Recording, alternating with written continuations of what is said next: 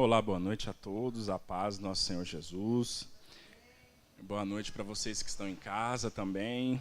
Sejam bem-vindos à casa do Senhor.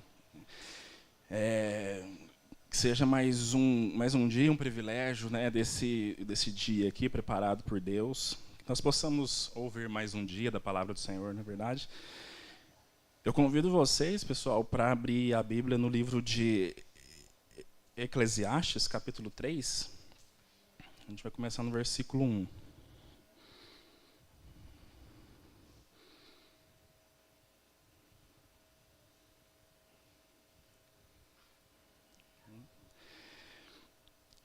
Para tudo, há uma ocasião certa. Há um tempo certo para cada propósito debaixo do céu. Tempo de nascer e tempo de morrer. Tempo de plantar e tempo de arrancar o que se plantou. Tempo de matar e tempo de curar. Tempo de derrubar e tempo de construir. Eu vou ler só até o versículo 3, mas aqui a sequência aqui do texto, aqui o autor ele vai falando sobre várias questões da nossa vida, vários ciclos que a gente passa da vida, e que há tempo para tudo, não é verdade? E que todas essas coisas, que Deus faz tudo apropriado em seu tempo, em cada tempo, né?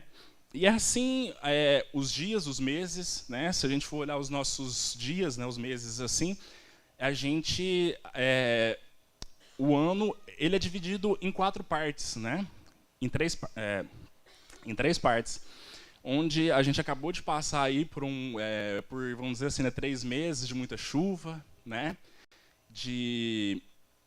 E agora a gente está entrando num tempo no qual as folhas vão ficando mais secas, vão ficando murchas e até morrem, né? Mas tudo isso se faz necessário na nossa vida. Por quê? Porque é necessário que tudo isso aconteça para que depois de alguns meses a gente possa andar na rua, que a gente possa ver as flores brotando novamente, né? E assim tudo tem o seu propósito para que Deus possa fazer tudo novo de novo, né? E eu queria trazer muito isso para as nossas vidas, né? A gente passa por muitos ciclos, por momentos bons, momentos ruins, né? Tanto na nossa vida pessoal, infelizmente com a perda agora, né, da nossa irmã, e que Deus permite que a gente passe por tudo isso, né? Na sua forma soberana, na sua forma que muitas vezes a gente não tem como saber disso, né? E que esses momentos, né, inclusive na última sexta-feira, que foi muito bom aqui no culto, aqui no estudo que a gente teve, inclusive convido a vocês para vir, que está sendo uma bênção, que a gente estava falando muito sobre essa questão de a gente caminhar com Cristo, né? Quando a gente inicia, quando uma vez que nós somos ali resgatados por Cristo, né, a gente tem todo aquele processo, e a Bíblia fala que nós somos filhinhos, né? E de acordo, e cada momento que a gente passa na vida, cada alimento sólido, coisas que a gente passa na nossa vida, nos faz a gente crescer, nos faz a gente ficar adultos na fé, né? E todas essas estações secas e também estações boas que a gente passa na vida, são um conjunto de coisas que Deus faz a gente passar para que a gente possa ter esse crescimento, né? Então é muito bom saber disso, é muito bom saber que tem um Deus que cuida da gente e que a gente não está só em nada, né? E uma situação que muitas vezes a gente passa, né? Que assim, em Paulo, Paulo vai dizer que em tudo dar graças, né? Que essa é a vontade perfeita de Deus para as nossas vidas em Cristo Jesus. Então, eu acho que cada um de nós aqui hoje, muitas vezes a gente vive estações do ano aqui diferente, né? A gente talvez estamos tendo problemas ou estamos bem, e que a gente possa dar graças. Se a gente está feliz, que a gente está passando por algo bom em nossas vidas, eu vou ser pai agora, que a gente possa dar graças. Ou se a gente estiver passando por um momento triste, que a gente possa dar graças também, porque tudo vai passar, né? E que a gente possa deixar que, assim, quando a gente enxerga o mundo com a ótica de Cristo, a gente sabe que tudo coopera para o nosso bem. Então, eu gostaria de convidar todos para se levantar, convidar a equipe de louvor também para estar aqui posicionado, e que todos, da forma individual, que cada um está aí sentado, do jeito de vocês, que a gente possa agora clamar esse Deus maravilhoso, né? Um convite agora para que a gente possa, independente de qualquer estação da vida que a gente possa estar passando, que nós possamos louvar a Deus, que nós possamos inclinar o nosso coração a Ele e que a gente possa cantar, fazer cânticos de louvores para Ele hoje e sempre. Amém, igreja? Por favor, abaixem a cabeça, curve a cabeça, vamos orar. Pai, estamos aqui, Senhor, agradecendo a Ti por esse momento aqui, Pai, que o Senhor criou esse momento, que o Senhor reservou esse momento para nós. A Tua palavra diz, Pai, que o Senhor, mesmo do alto, no trono, nas alturas, Senhor, o Senhor se inclina e o Senhor contempla a criação do Senhor. Que hoje nós possamos aqui, Pai, que nós possamos, com os nossos cânticos, com a nossa adoração, Pai, que tudo isso chegue ao Senhor como aroma agradável, Pai. Em nome de Jesus. Amém.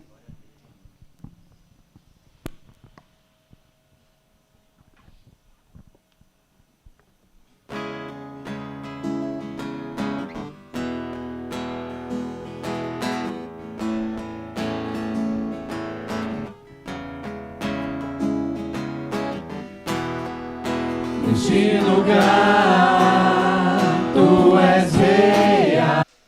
E a Levina sempre vinha aqui e sempre pegava o dela e o da família. Né? Ela sempre pegava o dela e levava para casa para a família. A gente sempre vai lembrar com muito carinho do testemunho de fé dela. Amém?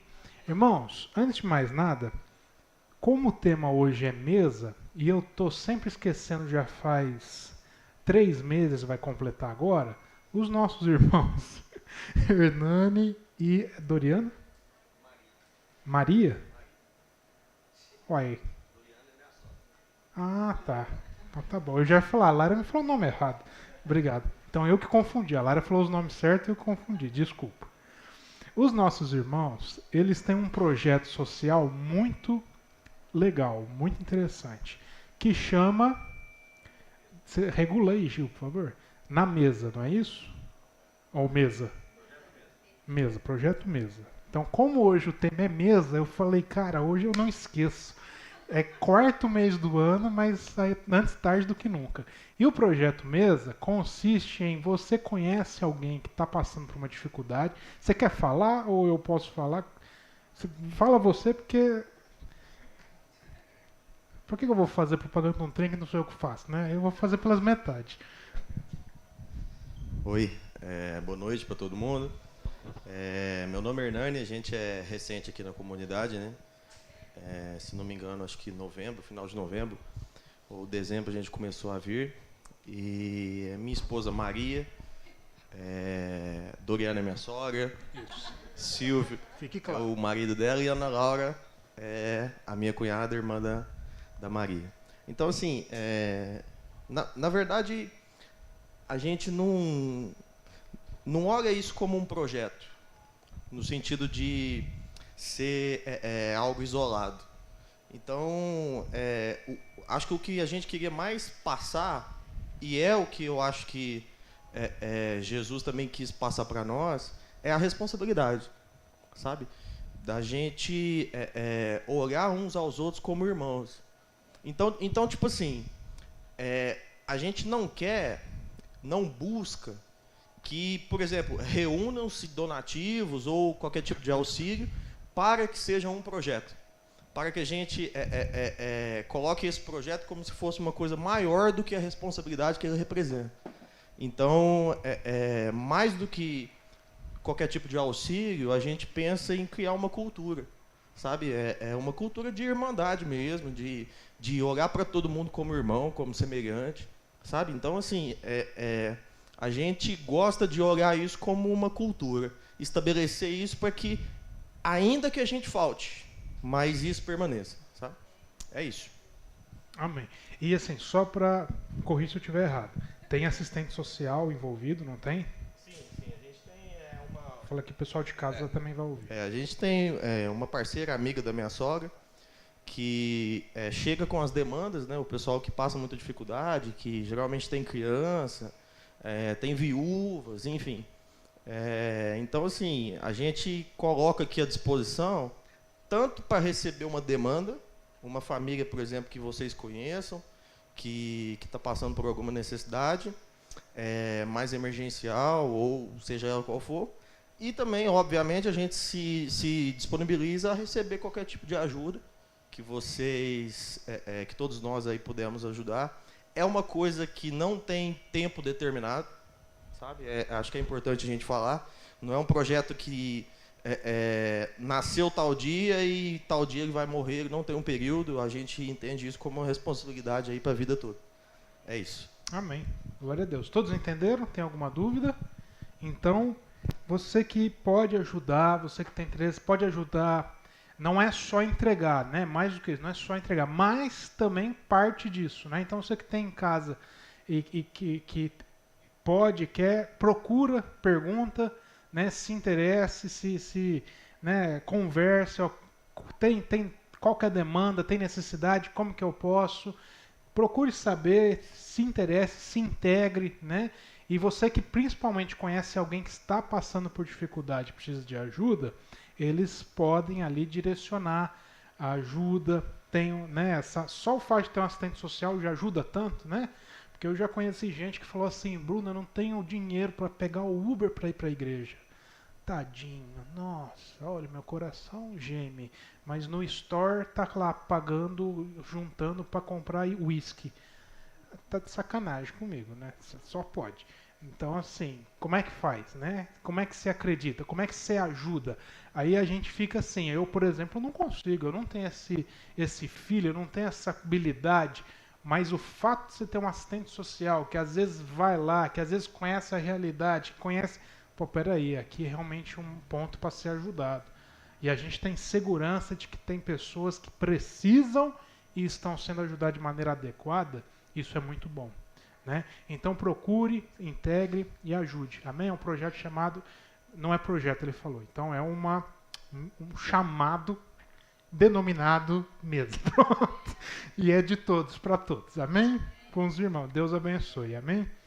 Irmãos, então nosso tema hoje é mesa, sentar-se à mesa, e nós temos a Santa Ceia que fala sobre a mesa, e a mesa tem esse caráter didático, ou seja, essa característica de ensinar, essa pedagogia, essa ferramenta instrutiva, de trazer sempre um ensinamento, uma forma de nos instruir, de passar um conhecimento do reino de Deus para as nossas vidas, para que a gente viva os nossos dias aqui nessa terra, não conforme o mundo, mas conforme já o reino de Deus. Porque conforme temos visto na sexta-feira e vimos no domingo passado, o reino de Deus já chegou para nós. Então o reino de Deus já é chegado e o reino de Deus já começou. Então nós fica o desafio de viver agora esse reino de Deus, apesar de ainda estarmos vivendo temporariamente nessa terra. E a mesa, ela nos ensina, ela tem esse caráter de ensinamento. Porque a mesa tem essa característica de quando a gente se assenta, quando Jesus pega os seus discípulos e senta com eles à mesa, e quem está em casa não está vendo nada agora, não é verdade? Aí fica o mistério, você fica imaginando na sua casa aí agora, pela fé. Quando você senta ao redor da mesa, todos ficam no mesmo nível, não é verdade? Não tem mais diferença. Todos ficam no mesmo nível, todos se assentaram no mesmo nível. E Jesus, ele participa, ele institui a ceia do Senhor nesse momento, nessa forma, colocando todos no mesmo nível, tirando todas as diferenças. No momento que nós nos assentamos à mesa, não existem mais diferenças. Não importa, não tem mais diferenças entre classe social, entre diferenças aparentes ou não aparentes, quem está bem, quem não está bem, quem está bem de saúde, quem não está bem de saúde. Não existe mais nenhuma diferença, porque nós estamos todos assentados. Quando a gente participa de sexta-feira aqui do estudo bíblico, quem vem sabe, a gente vai lá em cima na nossa área de lazer e a gente faz um círculo de cadeiras e fica todo mundo ali sentado, todo mundo tem liberdade para falar, debater, colocar suas ideias, expor, perguntar, argumentar. E ali nós temos ali um momento gostoso onde todos estão sentados, como se estivessem também sentados ao redor de uma mesa, podendo ali de maneira, todos sem diferença nenhuma, a gente poder crescer juntos. Então a mesa tem esse caráter de poder ensinar a gente que ali as diferenças foram embora. É diferente do que o mundo nos ensina. Onde o mundo nos ensina a gente sempre se colocar diferente uns dos outros. Onde respeito e autoridade se dá por quanto mais diferença nós cultivamos uns dos outros, não é verdade? Quanto mais diferenças nós cultivamos dos outros, mais respeito e autoridade se ganha. Então você vai numa empresa, como é que é a sala de um chefe e a sala dos não chefes? Como é que é lá, Tony? É tudo igual? É tudo igual lá? Não tem diferença nenhuma? Então eu fiquei chocado agora. Não tem diferença nenhuma. Eu quero lá conhecer. Essa é uma pedagogia diferente. Sério? Não. Nada, não tem nenhuma diferença. Fiquei chocado. Quando eu trabalhava na iniciativa privada lá em Uberlândia, era um galpão, devia ter no mínimo umas 500 pessoas. Chamava de pool, que eram as baias. Agora vai mudando os nomes e tal. E era todo mundo aparentemente igual. Porém, eles sentavam na ponta. Né? Todo mundo tinha o computador, eles tinham o notebook. Né? Todo mundo tinha uma vestimenta, eles sempre tinham um vestimento plus, porque o salário permitia eles terem um vestimento plus. Tá entendendo? Todo mundo chegava um horário, eles chegavam um horáriozinho mais confortável. Então sempre tinha uma diferençazinha mais. Aí você fala, mas é próprio de quem é chefe? Sim, é próprio de quem é chefe, mas são essas diferenças que o mundo cultiva que permitem trazer questões de autoridade, de poder. Engraçado que no reino de Deus não tem nada disso, com Jesus não tem nada disso. Jesus era Jesus Cristo, ele sentou com seus discípulos na mesa no mesmo nível, com todos de maneira igual. Tratava todos de maneira igual.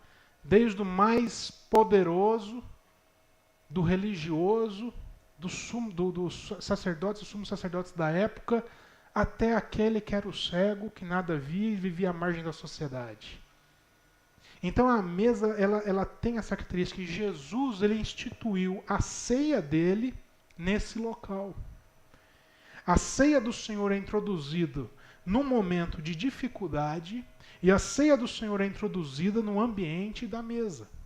No momento de dificuldade, porque a ceia é instituída justamente antes de Jesus se entregar para ser preso e depois morto.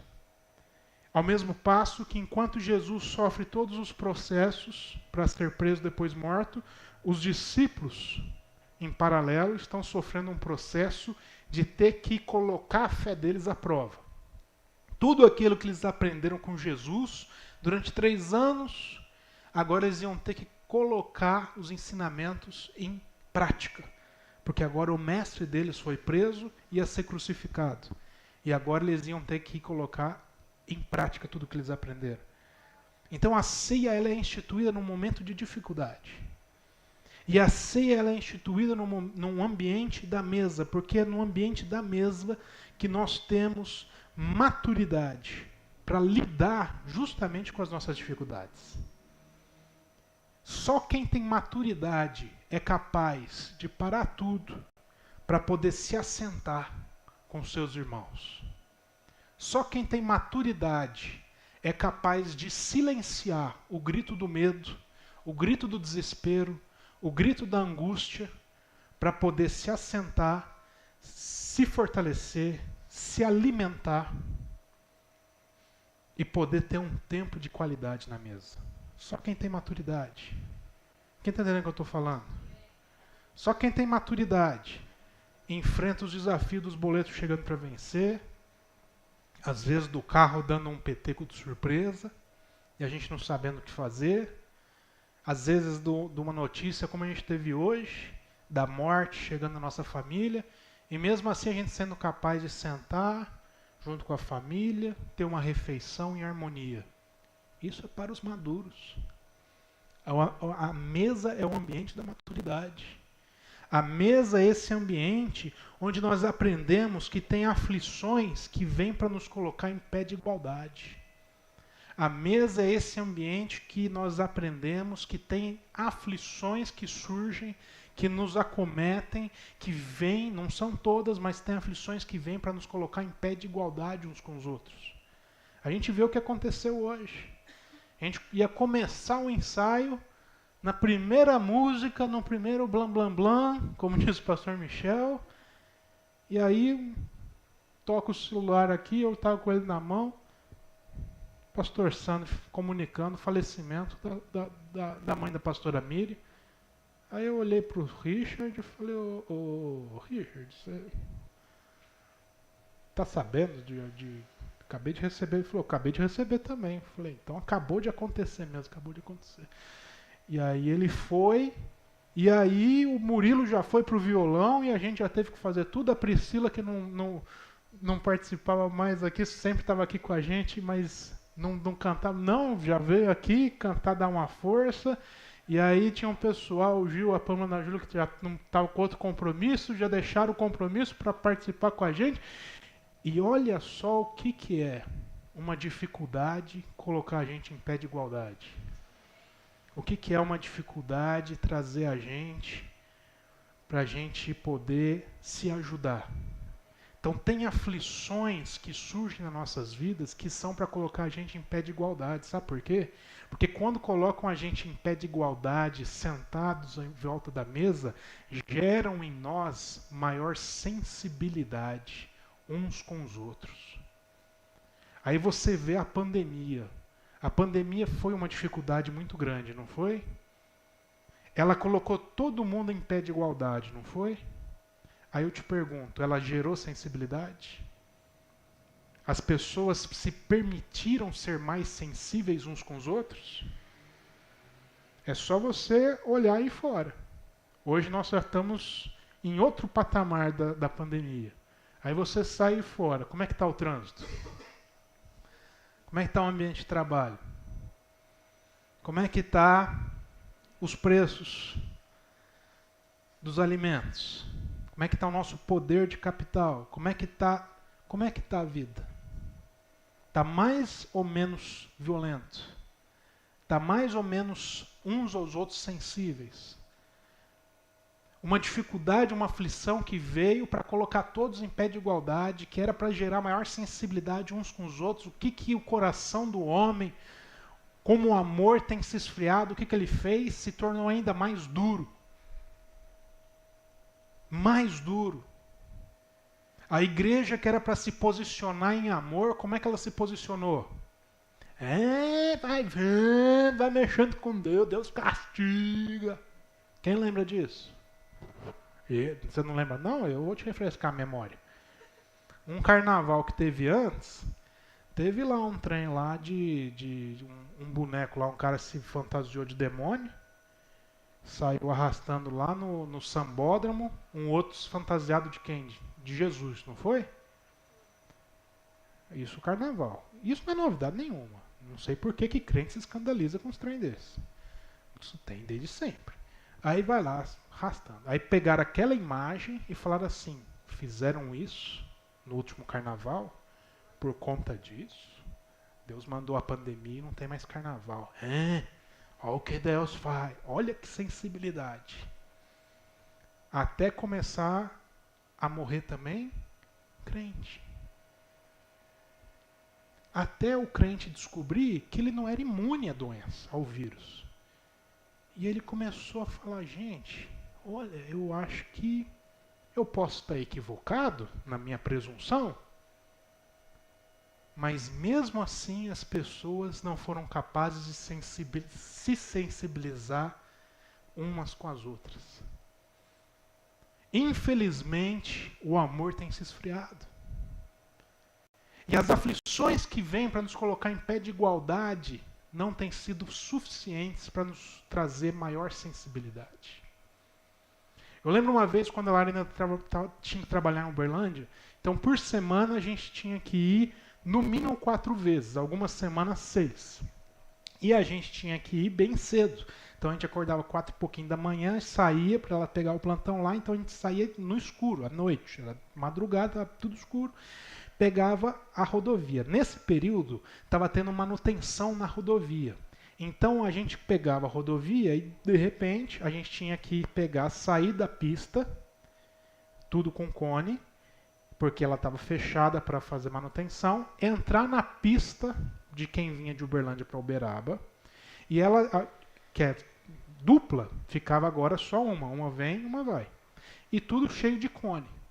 E aí você ia até um certo trecho para depois voltar para sua pista, certo? A gente estava acostumado, porque ele estava pegando toda semana essa dinâmica.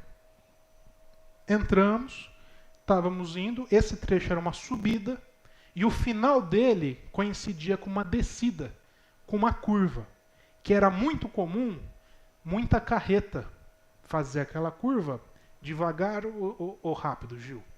A carreta acabou de fazer a curva, será que ela vai falar, eu vou descer a 10 por hora? Não, lógico que não. Aí, o que acontece? Eu estou indo lá, estou acostumado com essa dinâmica, e uma dificuldade, uma limitação nos coloca em pé de igualdade. Nessa hora, não adianta se você tem uma Ferrari, se você tem um Fusca, todo mundo vai andar na mesma velocidade. Não interessa se você tem um potencial maior, um potencial menor, todos estão na mesma velocidade. Nessa hora da dificuldade, não interessa quem sabe mais, quem sabe menos, estamos todos no mesmo patamar, no mesmo nível. E naquele momento, a gente estava todo mundo obedecendo a dinâmica que foi imposta pela limitação, pela dificuldade. Até que um coleguinho, um amiguinho, que provavelmente não conhecia a dinâmica, ele pegou e jogou, ele entrou dentro dos cones, no escuro, e ele jogou. E eu só vi pelo retrovisor aqueles faróizinhos brilhando. Eu falei, vai dar ruim. E ele acelerou, ele usou toda a potência dele. No momento da dificuldade, da limitação, que a gente tem que estar no mesmo nível, ele, ao invés de ficar no mesmo nível com os outros, ele quis usar todo o seu potencial para se destacar. Eu falei, vai dar errado. E aí ele pegou e acelerou. E a gente pegou e terminou a obra e voltou para a pista. E ele não sabia, continuou. E eu peguei, eu falei, eu preciso converter esse cara. Eu preciso anunciar o evangelho para esse irmão, eu preciso pregar para ele. Como é que eu posso fazer? Buzinando. Então eu buzinei. E eu buzinei gostoso. Não vou mentir para os irmãos. Eu peguei, amassei a buzina do meu carro.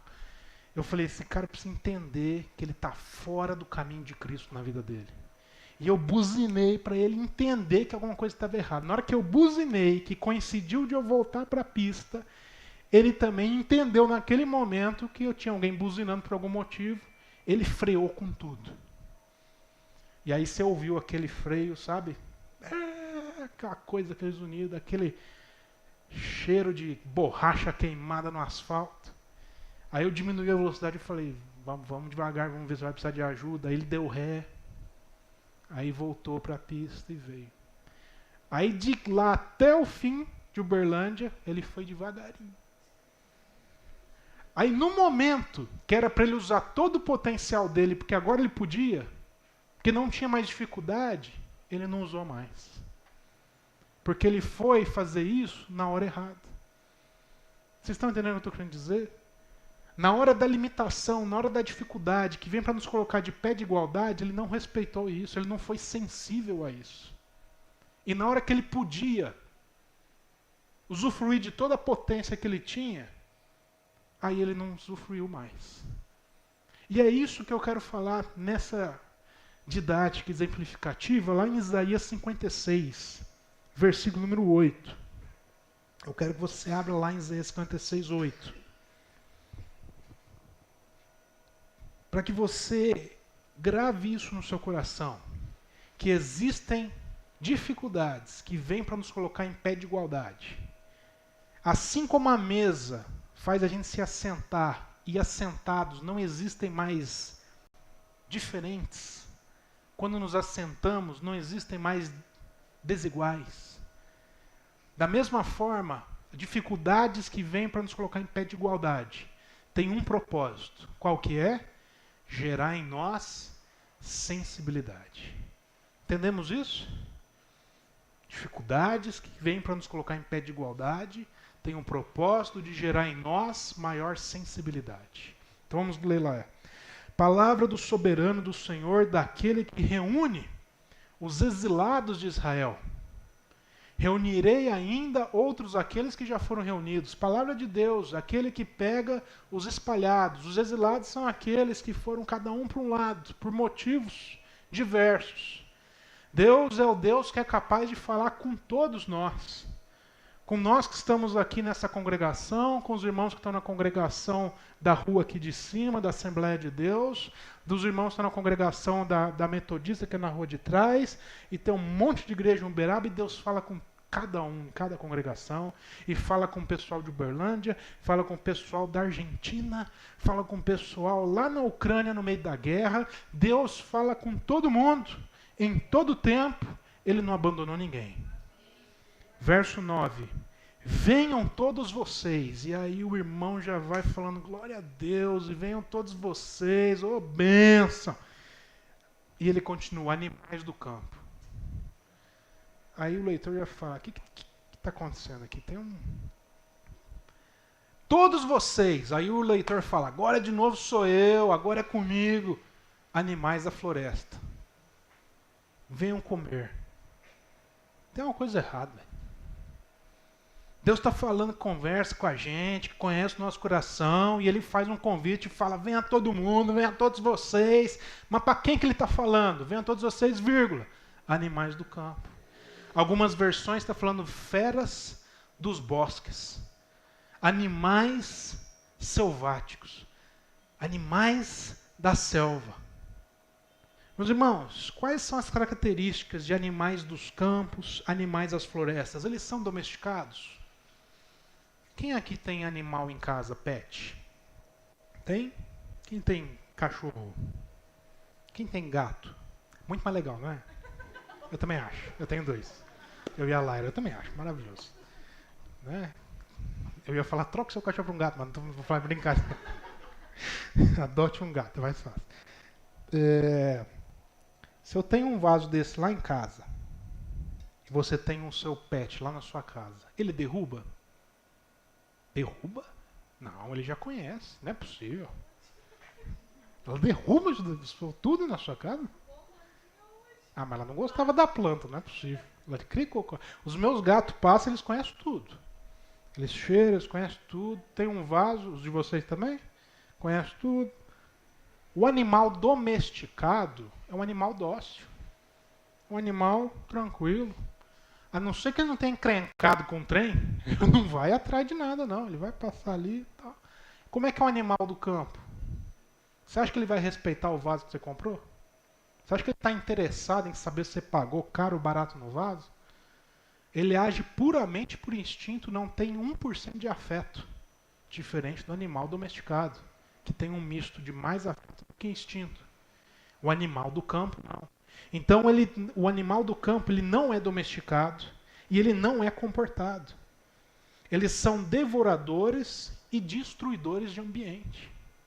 E Deus está chamando esses animais com essas características, está falando, venham vocês animais, animais que não são domesticados, que onde chegam saem destruindo tudo porque agem por instinto, que se vê uma carne lá no final, um banquete, saem derrubando tudo que está no caminho para poder chegar no banquete lá no final, que não respeitam nada e nem a ninguém.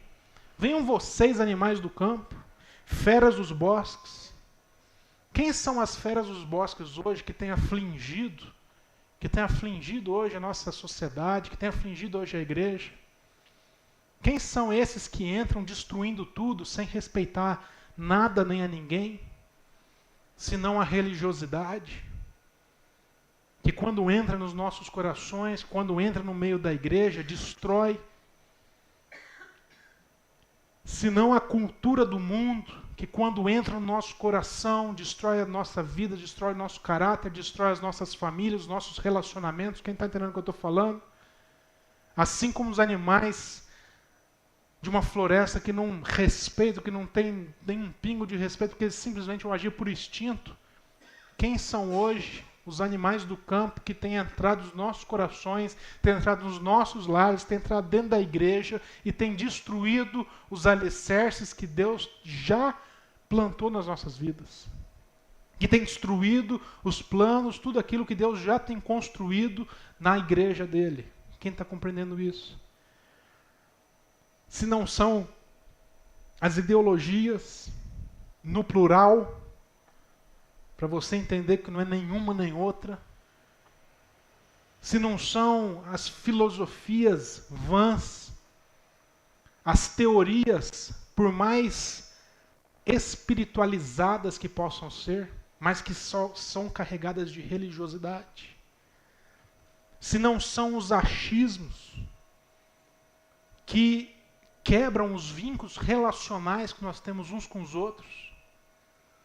Quais são hoje os animais das florestas que têm entrado dentro do nosso coração, da nossa família, da nossa casa, das nossas igrejas e têm prejudicado a nossa fé? Quem está compreendendo isso?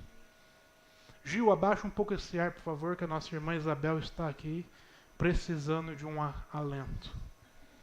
Verso 10. Por que Deus chama esses animais? Verso 10. As sentinelas de Israel. Olha só o que ele vai falar no verso 10. As sentinelas de Israel estão cegas e não têm conhecimento. Quem são as sentinelas? Sentinelas são quem? Os vigias.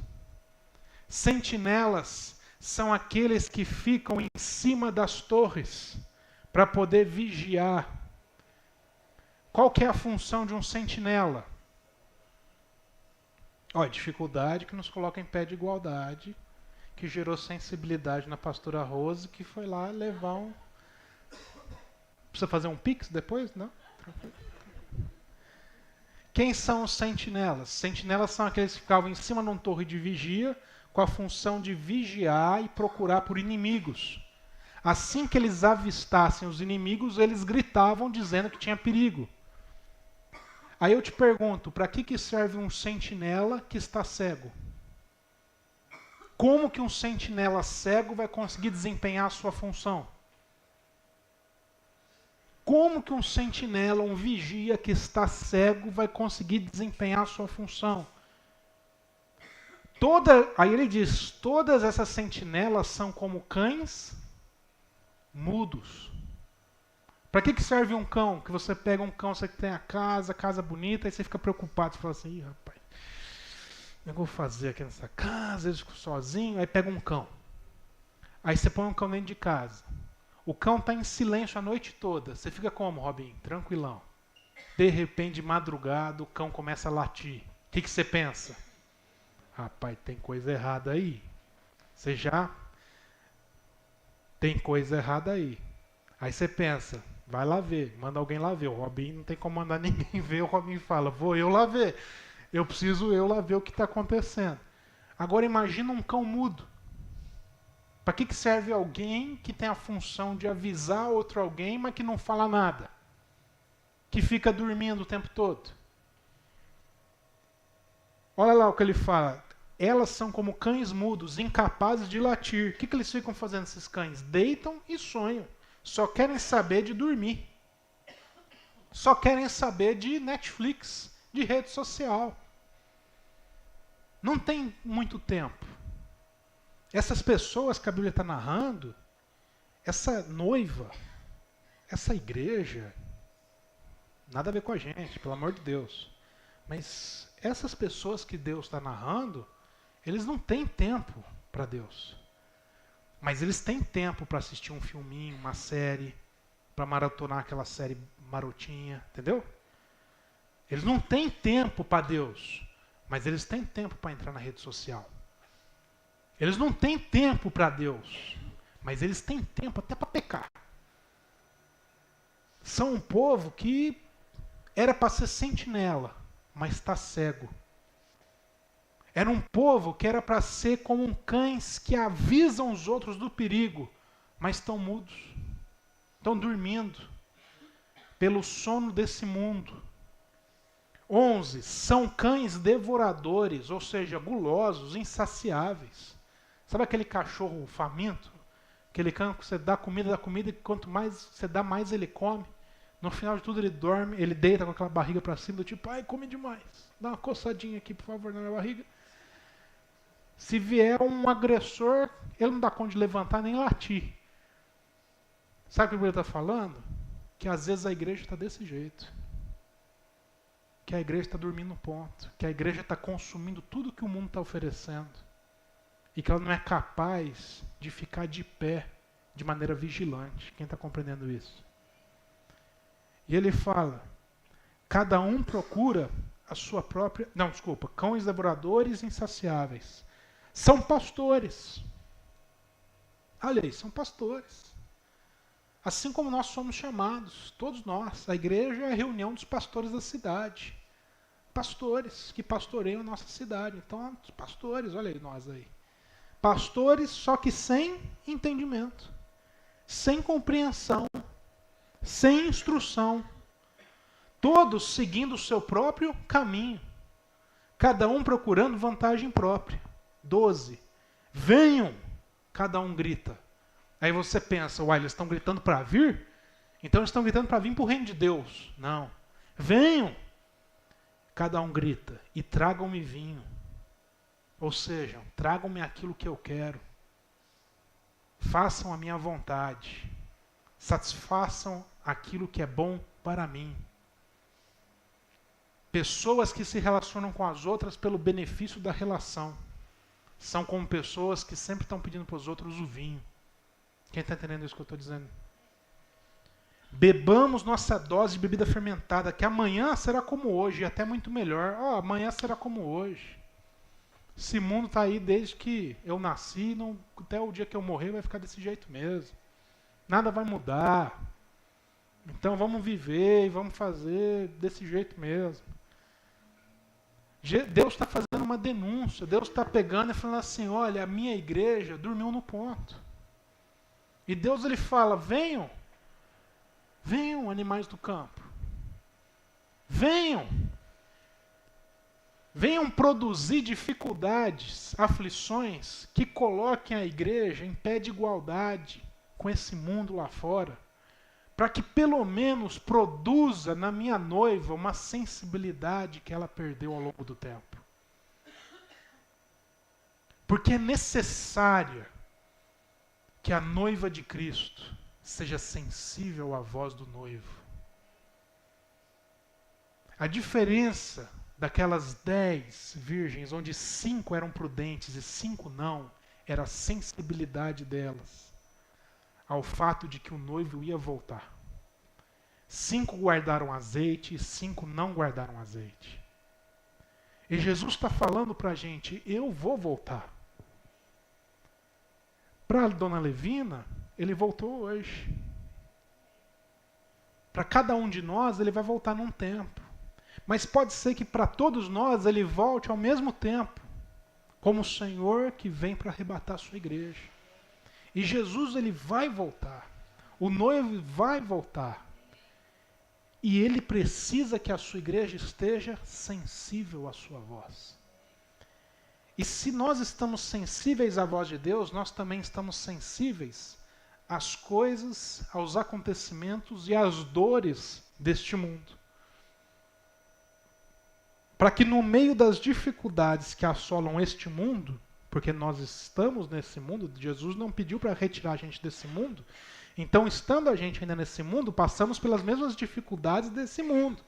Nós possamos, com sensibilidade, sermos ministradores da graça e lançarmos as redes da graça de Cristo para as pessoas. Então a igreja, ao longo do tempo, perdeu essa sensibilidade. Por quê, Bruno, perdeu a sensibilidade? Porque ao longo do tempo, nós deixamos de nos assentar à mesa. Então a gente deixou de se assentar à mesa com Cristo. Nem a ceia que Jesus instituiu sentado, a gente toma mais sentado, a gente toma em pé. Por que, Bruno, que a gente toma em pé? Porque todo dia, quando a gente vai buscar Cristo no nosso dia a dia, eu não estou falando aqui desse momento que a gente toma ceia, não. Estou falando no dia a dia, quando você vai fazer uma oração, quando você fala, vou ler a palavra de Deus, eu vou buscar Jesus, a gente faz isso como? De maneira expressa.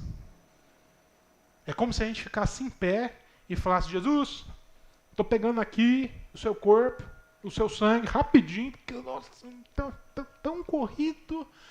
Nossa, Jesus, você não sabe, mas não dá nem para te falar. Você nem sabe, não dá nem para te falar. Tão corrido que tá. Então, ó, rapidinho, eu como um pão, rapidinho, eu tomo um vinho, e ó, Jesus, já tomei a ceia e já tenho que continuar. Então, nossas orações são express, nosso tempo com Jesus é express, nossa comunhão com Jesus é express, quando nós temos com Ele esse momento.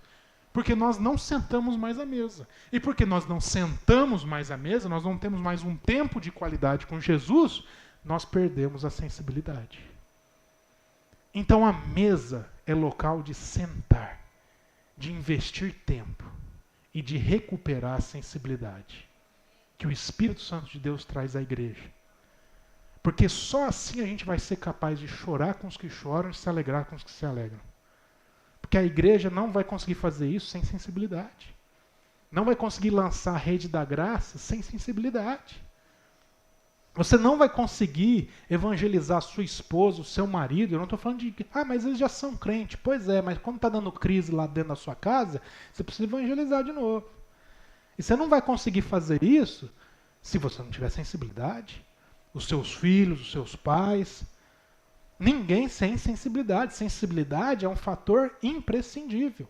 E como a igreja tem perdido isso, como que a gente pode viver a graça de Deus? A graça só foi manifesta aos homens porque Deus um dia foi sensível às nossas dores. E nós precisamos ser mais sensíveis, assim como Cristo foi por nós. Quero te convidar a ficar de pé nesse momento, curvar sua cabeça.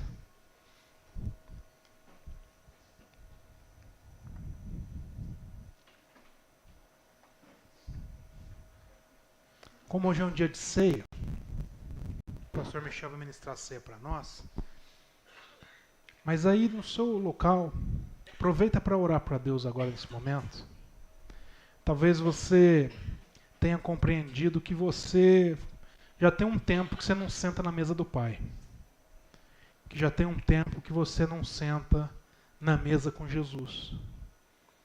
E nessa noite Jesus está te chamando para sentar na mesa com Ele de novo. Então fala para Jesus. Fala para Jesus, pede perdão para Jesus. Assume um compromisso hoje com Ele. E pede para o Espírito de Deus restaurar em você nessa noite a sensibilidade perdida. Senhor, nós queremos te agradecer, Pai, porque o Senhor nunca nos deixa só. Porque um dia o Senhor se sensibilizou à nossa causa. Porque um dia o Senhor se sensibilizou àquilo que nós estávamos passando. Porque um dia o Senhor se sensibilizou às nossas dores. E o Senhor nos resgatou. O Senhor enviou seu Filho. E o seu Filho entregou o corpo dele, o sangue dele, para que nós hoje pudéssemos estar aqui, podendo gozar de vida e vida em abundância espiritual diante de Ti. Nós pedimos perdão pelos nossos pecados, Deus, com arrependimento dos nossos corações, porque nós não queremos ver uma vida no automático. Nós não queremos, Pai, ficar sem sentar à sua mesa. Deus, nós queremos todos os dias encontrar na sua mesa consolo, encontrar sentados à sua mesa, Pai, alegria, encontrar sentados à sua mesa esperança, encontrar sentados à sua mesa o amor, a fé, a alegria, Pai, de viver os nossos dias nessa terra, na certeza de que o Senhor tem cuidado de nós. Por isso nós te agradecemos, Pai, porque o Senhor tem cuidado da sua igreja. E que o Senhor, Pai, resgate em nós essa sensibilidade necessária para que nós possamos olhar para as pessoas que o Senhor já colocou no nosso convívio, que o Senhor já confiou no nosso convívio, e nós possamos nos responsabilizar por elas, podendo também repartir do teu pão, Repartir, Pai, do teu corpo, do teu vinho, entregando um pouco de esperança, um pouco de alegria, brilhando a tua luz, para que essas pessoas sejam cada dia, Pai, salvas, transformadas, moldadas, segundo o caráter de Cristo Jesus. Essa é a nossa oração em nome de Jesus Cristo. Se você concorda, diga amém. Amém? Amém. Glória a Deus. É muito bacana quando a gente lembra, né? Vamos ser, cada um na sua casa. O que nós fazemos? Nos alimentamos, colocamos para dentro nutrientes.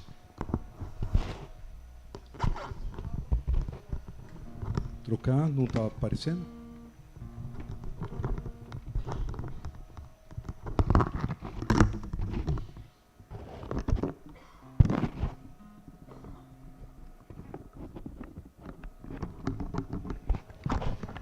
Melhorou? Certinho? Vamos continuar então. Quando nós chegamos, alguém deve estar com um problema de microfone aí, não é não? Ok.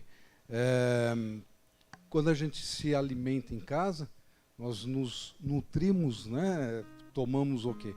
Nosso alimento que contém minerais, que contém vitaminas, que contém... Para quê? Para o nosso corpo. Mas quando a gente toma, sentamos à mesa de Cristo, o que nós fazemos? Nós vamos nutrir o nosso espírito. Olha que coisa maravilhosa. Deus é tão maravilhoso conosco que Ele preparou esse caminho, diferente de muitas pessoas que não entendem. Porque há uma necessidade de nós termos o quê? Também uma nutrição espiritual. E olha que palavra importante que Deus preparou hoje para nós. Falou sobre a mesa. É esse resgate que nós precisamos ter. E nós agora, hoje é o primeiro domingo, e todo primeiro domingo, nós celebramos, né, fazemos esse sacramento, é um dos sacramentos que nós fazemos, sobre o quê? A lembrança que um dia Cristo vai voltar. Porque Cristo chamou todos os discípulos, mandou lá preparar um lugar, vai em tal lugar, sobe lá em cima, você vai encontrar um grande salão, uma mesa grande, prepara a ceia, que nós vamos cear lá junto. Foi a última ceia de Cristo. E Cristo fez alguns comentários. É muito bacana a gente fazer uma reflexão antes de tomar a ceia. Depois ele explicou o que é o pão, o que é o vinho, que é o que nós vamos celebrar hoje. E sempre tendo isso em mente. Senhor, vem, Senhor Jesus. Vem, porque eu não vejo a hora de novamente cear com Cristo. Só que dessa vez não são só os 12 apóstolos, vão ser toda a igreja de Cristo. Amém? Você está incluso nisso. Tá bom? Então isso é importante, a gente ter esse pensamento. Quando tomarmos da ceia de Cristo, né, a gente ter isso em mente. Para que serve? É só tomar um vinho? É só comer um pão? Não. Existe uma explicação para isso. Sempre lembrando dele. Fazer isso em memória de mim. Amém? Enquanto o louvor, queria chamar o louvor aqui na frente, ou fiquem à vontade, peguem o seu microfone aí, quem é do louvor. Vamos cantar uma música e vamos começar por aqui, olha. Vem, sirva-se, pega do copo, já tem aqui um pãozinho, tem o vinho, tá ok? O suco da uva. Vão se servindo e aguarde, nós vamos comer todos juntos, tá bom? Vamos lá? Teu sangue leva-me além. Canta toda a igreja. A todas as alturas, onde ouço a tua voz, fala de tua justiça. Pela minha vida, Jesus, esse é o teu sangue. Cante toda a igreja, vamos lá. Tua cruz mostra tua graça, fala do amor do Pai, que prepara para nós um caminho para Ele, onde eu posso me achegar somente pelo sangue. Amém. Tem alguma corda desafinada aí, hein, gente? Não sei o que aconteceu. Vamos lá, diz assim a palavra de Deus. Olha só, primeiro eu quero ler lá 1 Coríntios 11, 27, que diz assim, é uma observação.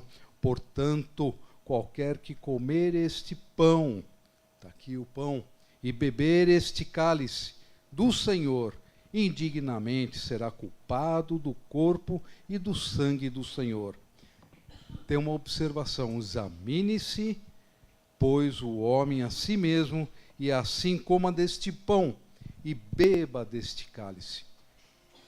Porque o que come e bebe indignamente, come e bebe para a sua própria condenação, não discernindo o mais importante, o corpo de Cristo.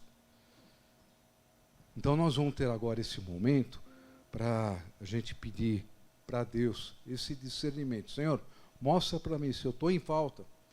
Alguma coisa que eu fiz, alguma coisa que eu falei, seja o que for, Deus vai revelar e peça perdão, para que você não coma indignamente, para que você possa comer junto com Cristo. Então, faça uma oração aí.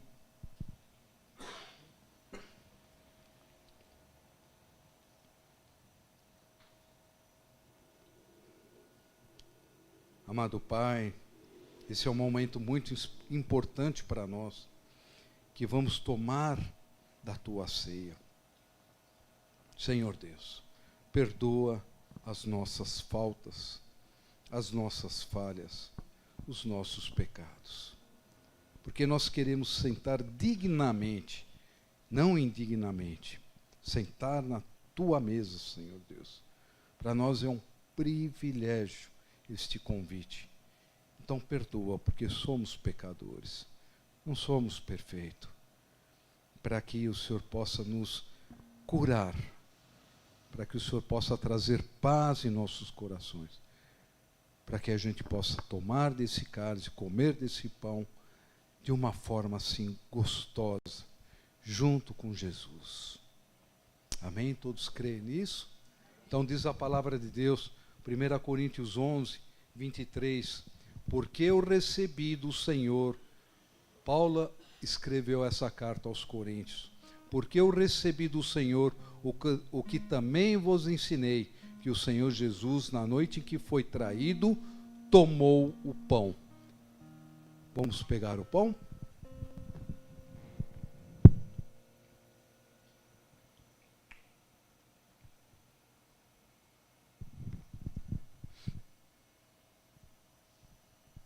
Todos pegaram?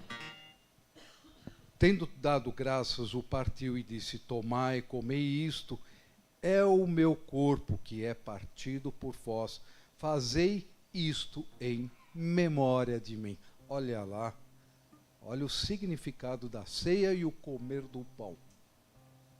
É o corpo de Cristo, em favor da sua igreja, em favor de nós. Amém? Então, enquanto cantamos mais uma vez, podemos entrar no coro, sei lá, podeis comer e vamos agradecer antes a Deus. Obrigado, Senhor Deus, por essa oportunidade, que agora vamos tomando desse pão, nós vamos comer ele, porque esse representa o teu corpo, aquele corpo que padeceu, que sofreu por nós lá na cruz, para nos livrar, para nos salvar, levar consigo todos os nossos pecados, todos o nosso jugo que era para nós estarmos carregando, o Senhor levou lá para a cruz. E nós te agradecemos, ó Pai, por isso.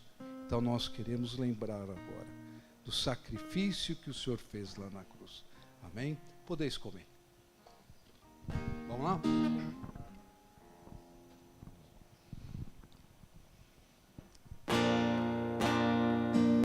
Vamos cantar toda a igreja para a gente ir para o segundo noite.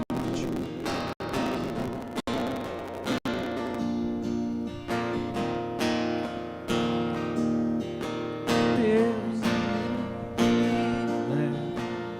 Dos pecados que nos traz restauração, nada além do sangue, nada além do sangue de Jesus,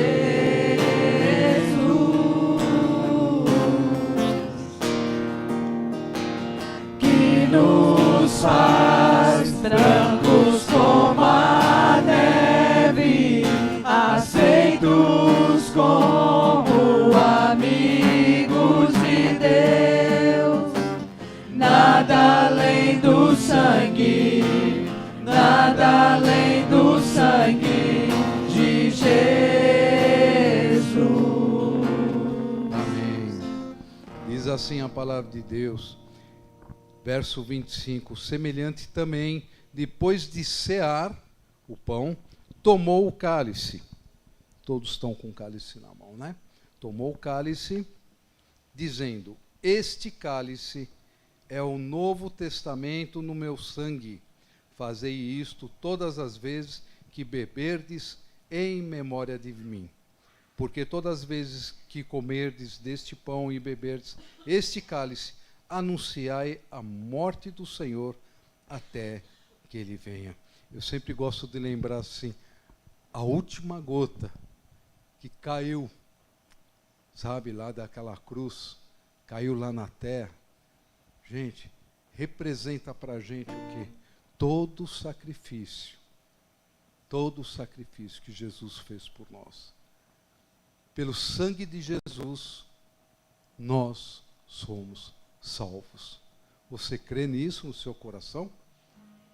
Então vamos agradecer a Deus e vamos tomar desse cálice. Querido Pai, muito obrigado, Senhor Deus, porque aquela cruz foi representativa para nós. Porque de nós mesmos nós não conseguiríamos nunca jamais salvar. Mas Cristo carregou todas as nossas culpas. Levou naquele madeiro. E até a última gota de sangue, ao cair naquele chão, isso representou para as nossas vidas, para a vida da igreja, Senhor Deus, a salvação, o plano perfeito que Deus tinha através de seu Filho. Então nós queremos lembrar agora, Senhor Deus, que nós somos salvos, graça pelo amor que o Senhor teve em trazer para nós o teu Filho. Muito obrigado, Senhor Deus. Podeis tomar o sangue de Cristo para a nossa salvação. Amém? Será que vamos conseguir dessa vez? Vamos com calma, vamos começar desde o começo, vamos cantar uma estrofe só, o coro, e vamos finalizar. Amém? Vamos lá. Desde o comecinho. Foi no comecinho lá. Teu sangue leva-me além, a todas as alturas, onde ouço a tua voz, fala de tua justiça, pela minha vida, Jesus, este é o teu sangue.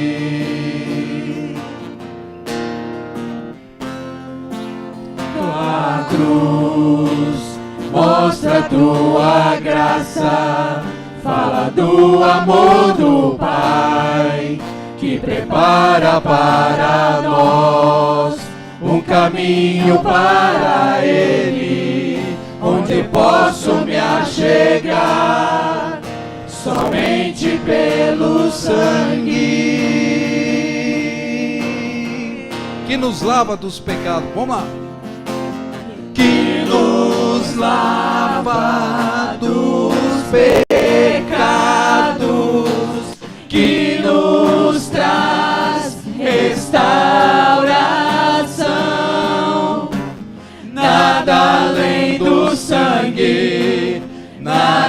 além do sangue de Jesus,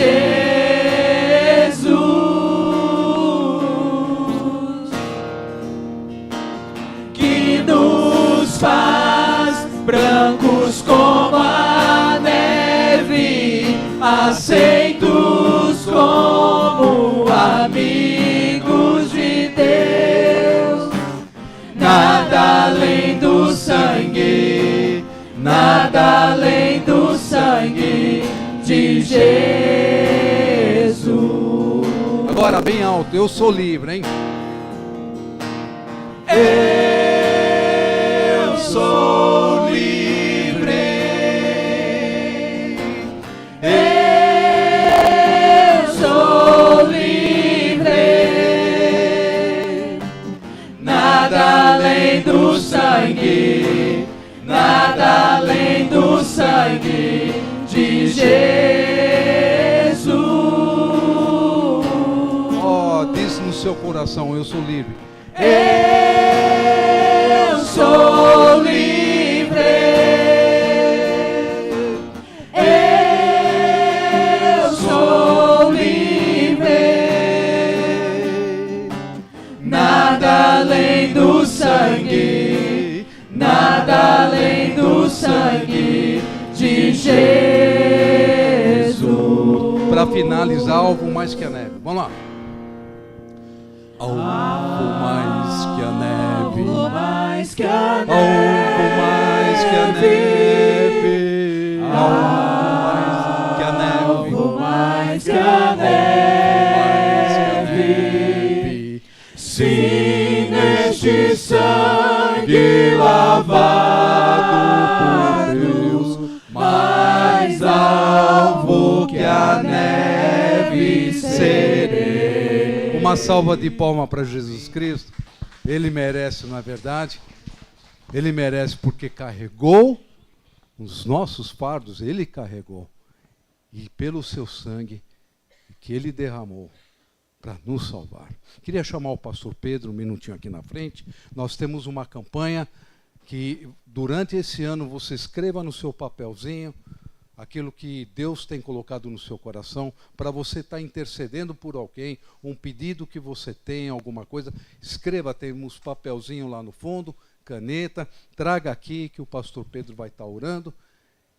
E vou pedir para o pastor Pedro trazer a bênção apostólica para nós, a igreja. Chega um pouquinho mais para cá, pastor, para a gente ir. Alguém vai trazer? Ninguém? Então, já pedi para o pastor. Senhor, nosso Deus, obrigado por este momento de culto que tivemos. Ouvimos a Tua palavra, cantamos hinos de louvor ao Teu nome e temos certeza que chegaram até Ti como aroma suave esse nosso culto dessa noite. Muito obrigado, Pai. Queremos continuar te pedindo por esses pedidos que estão aqui, neste lugar, que o Senhor possa estar respondendo a cada um que teve a vontade de colocar aqui dentro um pedido para a sua vida. Abençoe grandemente, Pai, porque Tu és Deus e nós queremos confiar na Tua palavra que isso vai suceder a cada um de nós. Muito obrigado por isso. Receber a bênção. Que a maravilhosa bênção, que a maravilhosa graça de Jesus, o amor de Deus, o nosso Pai, a consolação do Espírito Santo seja comigo, com você e com toda a igreja de Deus nesse momento. Amém.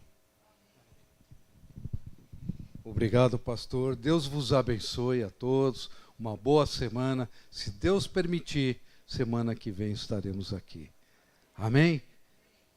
Muito obrigado. A você que nos acompanhou também.